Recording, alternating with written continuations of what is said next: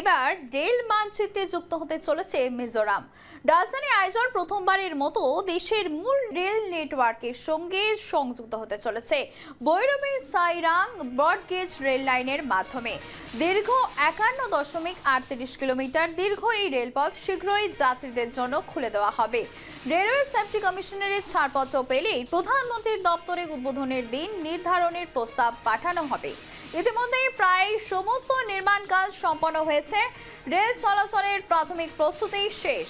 Rail মানচিত্রে যুক্ত হতে চলেছে মিজোরাম। সরাসরি নিউজরুম থেকে রয়েছে আমাদের প্রতিনিধি তন্ময় দে। তন্ময়, এবার রেল মানচিত্রে যুক্ত হতে চলেছে মিজোরাম। রাজধানী আইজল প্রথমবারের মতো দেশের মূল রেল নেটওয়ার্কের সঙ্গে সংযুক্ত হতে চলেছে, কি জানাবে? দেখো সুধা, ভারতের অন্যান্য স্টেশনের সাথেও কিন্তু মিজোরাম উত্তর পূর্বের যে বলা হয় মিজোরাম, সেই মিজোরাম যে পুরো রাজ্য, সেই রাজ্যটাকে কিন্তু এখন দেখা যাচ্ছে যে রেল নেটওয়ার্কের মধ্যে কিন্তু এখন নিয়ে এসছে। আর যেই তুমি ইতিমধ্যে বলেছো, তুমি যেই রেল যে নেটওয়ার্কটা, সেই নেটওয়ার্কের যে রেল রুটটা, সেটার কিন্তু কাজ এখন সম্পূর্ণ হয়ে গেছে, শুধুমাত্র অপেক্ষায় গ্রিন সিগন্যালের।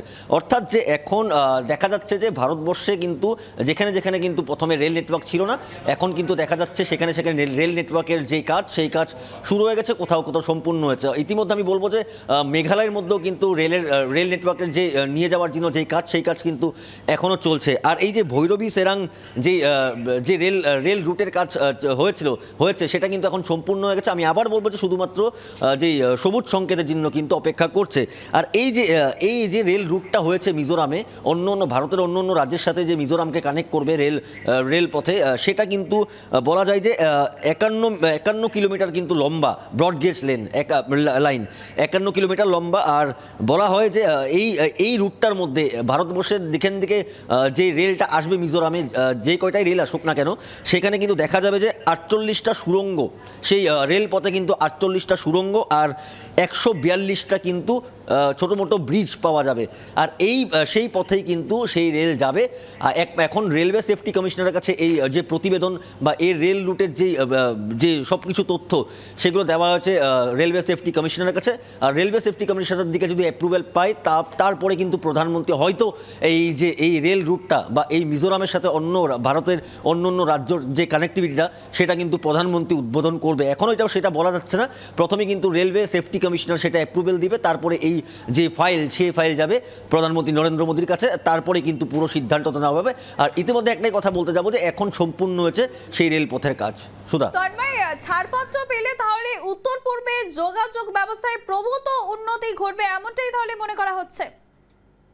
একদম, ভারতবর্ষে যে রেল কানেক্টিভিটি দেখা যাচ্ছে যে যেখানে যেখানে প্রথমে আগে ট্রেন যায়নি কখনো, সেখানে কিন্তু এখন করার চেষ্টা করছে। অর্থাৎ যে আমি মেঘালয়ের যদি কথা বলি, মেঘালয়তেও কিন্তু এখন রেলের কানেক্টিভিটি করার চেষ্টা করছে। আর সেটা কিন্তু কাজ প্রায় মোটামুটি সম্পূর্ণ হয়েছে। আর তারপরে দেখা যাচ্ছে যে তোমার মিজোরাম ইতিমধ্যে আমি বললাম যে সম্পূর্ণ হয়ে গেছে। আর কিছুদিন আগে জম্মুতে যেই প্রধানমন্ত্রী নরেন্দ্র মোদী উনি উদ্বোধন করেছিলেন, দেখাই গেছিল যে কত যেই টলেস্ট ব্রিজ যদি বলা হয়, সবচেয়ে বড় যে সেতু, সেটার উপর দিয়ে কিন্তু রেল চলাচল ইতিমধ্যে শুরু হয়ে গেছে। অর্থাৎ যে এখন ভারতবর্ষে যে উন্নয়নটা হচ্ছে আর দেখা যাচ্ছে, সেটাই কিন্তু একটা প্রমাণ।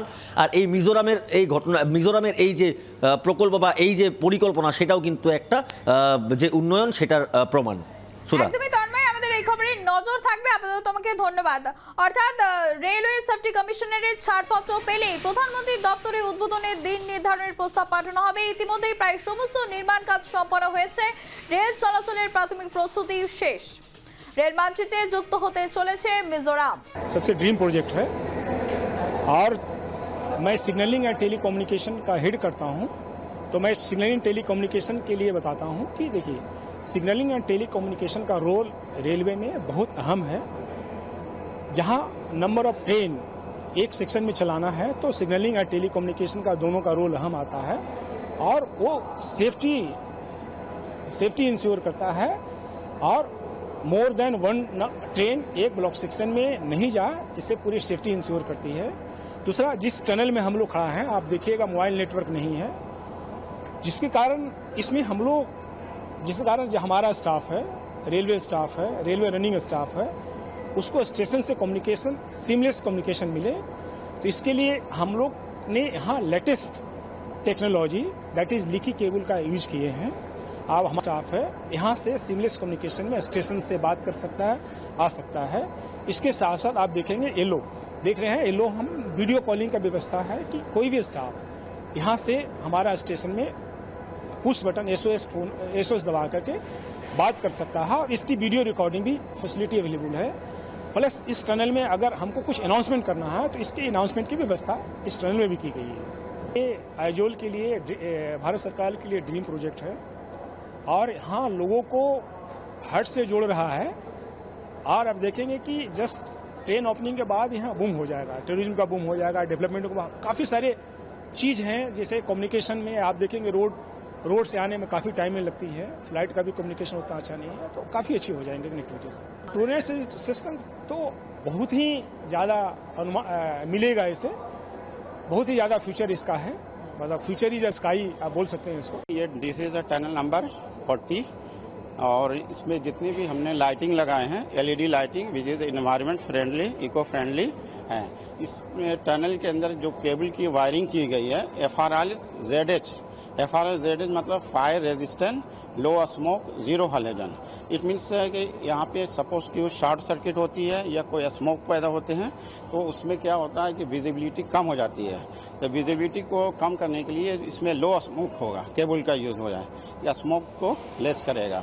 दूसरी चीज़ है कि टॉक्सिक गैसेस पैदा हो सकती हैं, उसके लिए हमने जीरो हैलोजन केबल यूज किए हैं जो टॉक्सिक को पैदा नहीं करने का जाएगा। क्योंकि ये सेम ऑल टनल जितने भी हैं सभी में lighting and cable same similar है इन दिस। सोलर पावर को लेकर के आपने कुछ बदलाव, सोलर पावर भी यूज कर रहे हैं? या सोलर पावर भी हम लोग यूज कर रहे हैं और हम लोग डीजी इमरजेंसी सप्लाई के लिए डीजी सप्लाई भी दे रहे हैं। रेलवे स्टेशन में हमारे यहाँ पास सोर्सेज हैं, 3 तरह के सोर्सेज हैं। एक तो स्टेट इलेक्ट्रिसिटी बोर्ड से जो हमारा परमानेंट सोर्स है, दूसरा इमरजेंसी बैकअप के लिए डीजी सेट है लगे हुए हैं प्रॉपर कैपेसिटीज के, जो स्टेशन में emergency lighting, platform lighting and passenger amenities के लिए फीडअप करेगी। तीसरी हमने सोलर प्लांट लगा रखे हैं जो वो भी हमारा जो एनर्जी को सेविंग करेगा भी और पावर सप्लाई भी देगा।